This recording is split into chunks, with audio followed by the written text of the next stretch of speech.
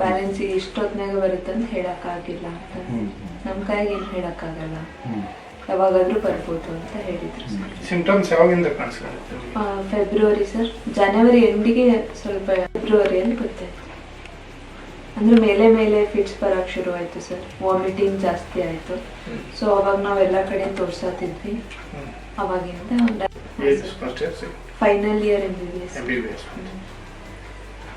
ಅಲ್ಲ, ನೀವು ಯಾಕಂದ್ರೆ ವೈದ್ಯಕೀಯ ಕೋರ್ಸ್ ಮಾಡೋದ್ರಿಂದ ಎಲ್ಲದ್ರ ಬಗ್ಗೆ ನಾಲೆಡ್ಜ್ ಇದ್ದೇ ಇರ್ತೈತೆ. ಆಲ್ಮೋಸ್ಟ್ ತೊಗೊಂಡ್ರೆ ನನಗೆ ಆರಾಮಾಗುತ್ತೆ ಅಂತ ನಿಮಗೆ ಆಲ್ಮೋಸ್ಟ್ ನಾಲೆಡ್ಜ್ ಇರುತ್ತಲ್ಲ. ಏನು ಟ್ರೀಟ್ಮೆಂಟ್ ತೊಗೊಂಡಿದ್ರಿ, ಯಾವ ಥರ? ಇವಾಗ 4-5 ಟ್ರೀಟ್ಮೆಂಟ್ ತೊಗೊಂಡಿದ್ದೀನಿ ಸರ್ ನಾನು.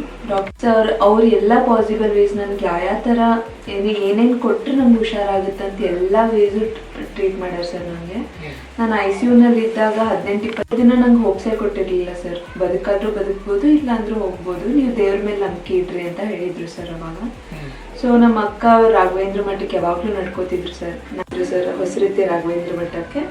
ಸೊ ಅವಾಗ ನಾನು ಕರ್ಕೊಂಡು ಹೋದ್ರು, ಇಲ್ಲಿ ಆಶೀರ್ವಾದ ಮಾಡ್ತಾರ ಅಜ್ಜರು. ನಮ್ಗೆ ಏನು ದೇವ್ರ ಮೇಲೆ ನಂಬಿಕೆನೇ ಇರಲಿಲ್ಲ ಸರ್, ಯಾವ ದೇವ್ರು ಏನ್ ಮಾಡ್ತಾರೆ ಅಂದಾಗ ಗುರುಜಿ ಆ ಫೋಟೋ ಕೊಟ್ಟು ಮಂತ್ರಾಕ್ಷತೆ ಹಾಕಿ 5 ವಾರ ನಡ್ಕೋರಿ ಹುಷಾರಾಗ್ತೀಯಾ ಅಂತ ನಮಸ್ಕಾರ ಇದು ಆಶೀರ್ವಾದ ಮಾಡಿ ಹೋಗಿದ್ರು.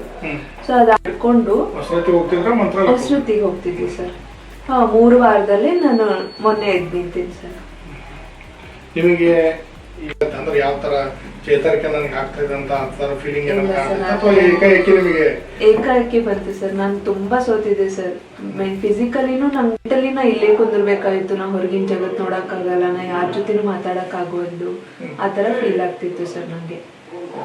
ಸಡನ್ ಆಗಿ ಅವತ್ತು ಏನಾರು ಆಗ್ಲಿ ದೇವ್ರು ನಂಗೆ ನೀ ಅದಿ ಅಂದ್ರೆ ತಲೆಯಾರು ಇದಾಗ್ಲಿ, ಕಣ್ಣಾರು ಚುಚ್ಲಿ, ನಂಗೆ ಏನ್ರ ನಿನ್ನಿಂದ ಕಿತ್ಕೊಳಕಾದ್ರೆ ಕಿತ್ಕೊ ಗುರುರಾಯರೇ ಅಂತ ನೆನೆಸ್ಕೊಂಡು ಎಲ್ಲ ದೇವ್ರು ನೆನೆಸ್ಕೊಂಡು.